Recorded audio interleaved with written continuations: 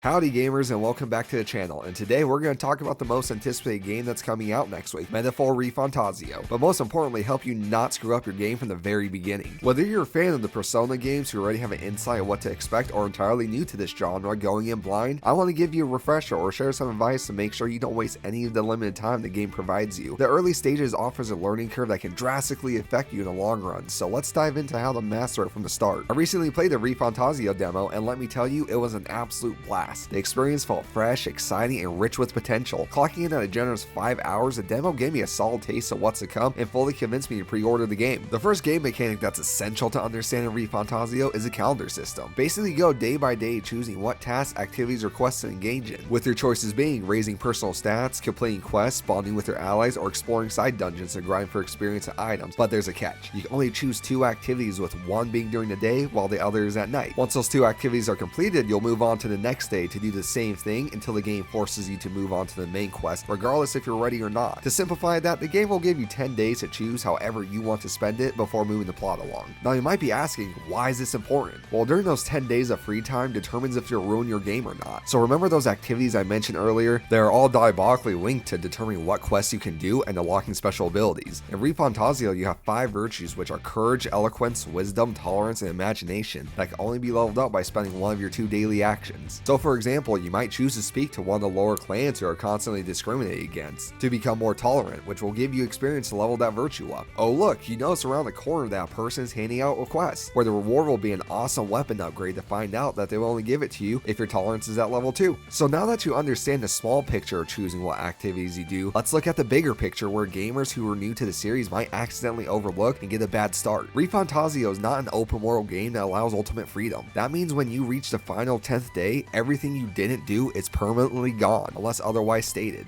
This entire game is going to have deadlines that will absolutely not care if you meet them or not due to your lack of planning, which can have a huge consequence not only on your gear or level, but to the story. My biggest advice to anyone that plays this game is to take the time management aspect serious, because it will bring you so much emotional value to you in the long run. I say this because Fantazio is heavily influenced by Persona 5 Royale, where I was able to get the Platinum Trophy in a single run because I planned ahead. The significance isn't the Platinum, it's I was able to experience every aspect of this game offer, which if you watch my previous video, you'll know Persona 5 characters are so well written that they feel like real family. If you remember, some of your daily activities in Fantazio is spending time with your companions, which will allow you to get new abilities, but more importantly, connect with them. Persona's ending is an absolute masterpiece if you max out everyone's relationship, and I'm hoping that's exactly how it's going to be for Fantazio, which if you don't plan properly, you're going to be missing out what makes these games so special. Overall, just spend a couple extra minutes playing ahead and you're going to be rewarded for it. Now that we got the most important game mechanic out of the way, here are some bonus tips and tricks that are going to help you out. Now, fair warning, some of these are going to be based on assumptions, but I have a strong feeling that these are going to be a lot of similarities compared to Persona 5, so I feel like these should be relevant, but just in case, take the info as you will. When it comes to raising your virtues, the beginning original activities give you little experience, but later on there should be new activities that should give you a lot more, so always be on the lookout for new things to do. Additionally, some quests will also give you experience to raise your virtues. This game does not mess around when it comes to taking damage, so make sure to use the game's stun mechanics to gain the advantage. Before you officially start the fight, you can attack your enemies where they will get stunned, and when you officially start the fight, they'll lose at least a quarter of their life and won't be able to attack for a turn. But be warned, if you get hit once during the pre-fight, they'll get first attack and potentially putting debuffs on your allies, not allowing to do certain skills. You do have a dodge button, but be careful because the attack of the enemies is hard to gauge at times. If you lock onto them from a distance, you'll be able to do a big dash attack to close the distance fast. If you hit them in the back, it's normally an insta stun. This might sound obvious, but pay attention to enemy levels. In the beginning of the game, you get tricked into this false sense of security because there's this mechanic where if you're higher level than what you're trying to fight, you can insta kill them. Every now and then, they will throw a monster that can be 5 levels plus right next to the weaker enemies, catching you off guard when they hit you for way more damage you were expecting, potentially wasting heal items and mana points where most of your high damage attacks are tied to. On the bright side, if you use the stun mechanics, it's pretty easy to kill higher level enemies before they can hit you. To avoid spoilers, I'm going to be very vague, but just put the pieces together and you'll be able to figure it out. During a dungeon, there's going to be a very clear optional boss that you can fight that might seem super intimidating, since some JRPGs will throw a level 80 boss for you to come back to fight later. But this isn't this boss. If you don't fight it now, you can't come back. You can easily defeat it and get an awesome weapon, which will probably carry you for a while. What makes this boss super easy is based off an earlier decision though, so pay attention. At some point, you're going to have the chance to upgrade an ally to several classes, but choose the one you don't have in your party already, level it, and that boss is cake. Speaking about dungeons, you're going to get access to the side one once you get past the prologue. This dungeon does have a time hack on it, and it's pretty high level, so you can come back to it at a later time, but there are some benefits to hitting it early. The obvious one, it's a good place to grind experience. experience, but if you make it far enough into it, you'll find another awesome weapon that should carry you. My main advice for this dungeon is listen to the advice that the NPCs give you about what weapon to use, or you'll burn all your heal items like I did because I was too stubborn trying to complete a quest. Also, you won't be able to beat the dungeon boss unless you grind like crazy, so just wait until later. There's going to be an information broker that you can, well, buy information from when it comes to the type of enemies you're going to fight in a dungeon and what their weaknesses or strengths are, and unlocking certain merchants to sell you new items. This one's more of a neutral tip to be wary of using this guy. When it comes to the info about the dungeons, there was an NPC in there who gave me about half of the info the broker did about not using certain weapons for free. On the flip side, the broker did tell me what the dungeon boss weakness was, but I could have figured that out by hitting it enough times. Money is a finite resource without extreme grinding, and to equip your entire party with new gear is expensive, so it might not be wise to wasting on information that you can just figure out by simply whacking monsters. Overall, I wasn't able to play the game enough to tell you for sure if it was good or bad to use the info broker, so use it at your own discretion. While we're on the topic of equipment, be mindful when is the right time to upgrade your party's gear. For the most part, games like these, after every major plotline is finished, they will offer shiny new gear that tends to be better than what you have. It might be enticing to buy new gear every time it appears, but trust me, it's not always worth it. In total, you can have 4 active party members with you at a time, and let's just say it costs 5k per companion to upgrade. In total, you're going to need 20k, and it will only keep getting more expensive from there. Additionally, if you buy these upgrades back to back, they're only going to raise your stats minimally, and it's not worth the amount of money you're spending where you could be saving to buy awesome gear that the magic shop sells. Remember how I mentioned that you can find gear in dungeons? Most of the time you're going to find gear in there that's free, which is going to carry you for a while. That's significantly better than the generic gear you can buy. Alright, the final piece of advice I'm going to give you is to be patient with how you choose to develop yourself and your companions. Fantazio offers you a huge amount of freedom on what type of playstyle you want to go with, and early hours into the game you might not know exactly how you want to play yet. For example, every time you level up you get 1 attribute point to place freely wherever you want. It might be tempting to spend it immediately into strength because you start off as a warrior, but the game allows you to switch to many other classes like a mage, knight, or priest who rely on different stats. So until you get the feel of how you want to play, save any resources you get in the beginning that allows you to buff your character. Overall, if you follow the advice I shared in this video, you'll set yourself up with a strong foundation and get the most out of your journey in this world. And don't let the limited time mechanic stress you out. Make smart decisions early on and you'll enjoy the game to its fullest. Before I wrap this up, I'd love to hear if anyone else has any tips down in the comments. And as always, if you got any value out of this video, don't forget to like and subscribe. Your support means a lot and it helps me grow the channel. Thank you for watching, and until next time, game on.